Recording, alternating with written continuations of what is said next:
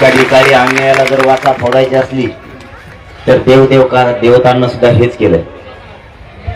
वारकरी संप्रदायानं सुद्धा अन्यायाच्या विरोधात आवाज उठवला। जिथं जिथं अन्याय होईल तिथं तिथं भक्ती आणि शक्ती एकत्र येऊ अन्याय मोडण्याचं काम केलं। आपणही तेच करतो।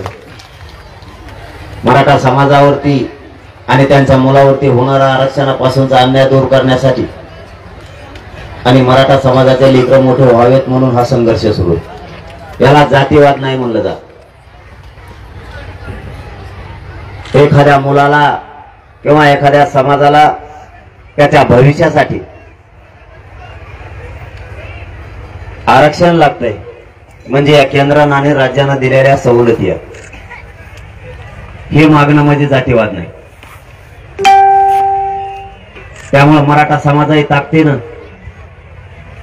आरक्षण मागतोय।